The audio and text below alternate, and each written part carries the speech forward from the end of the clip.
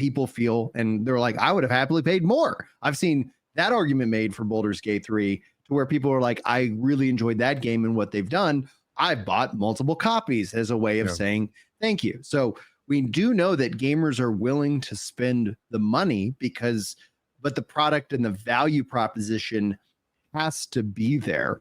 Otherwise, what do? Well, I think if we just look at the last 2 years, they go find another alternative source, either a high quality video game that they feel that $70, $80, whatever that cost is worth it to them. Or we've seen a bigger shift into those $40 AA games that really dominated all of 2024. Like you start to think of Helldivers, you think of Power World, you think of Enshrouded. Like you're seeing these games sell multiple millions and they're not coming in at that price. Like just historical fact, Nintendo doesn't lower the price of their games.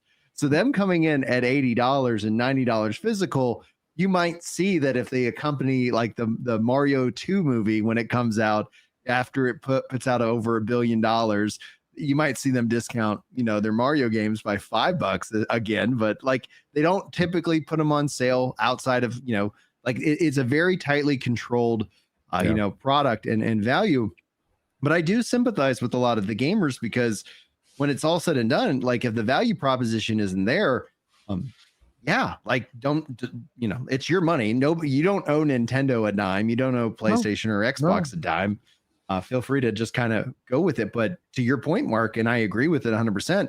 Like if you adjust for, like I was paying more for video games when I was saving up for my SNES than the Switch cost me today when you adjust for inflation. It's absurd.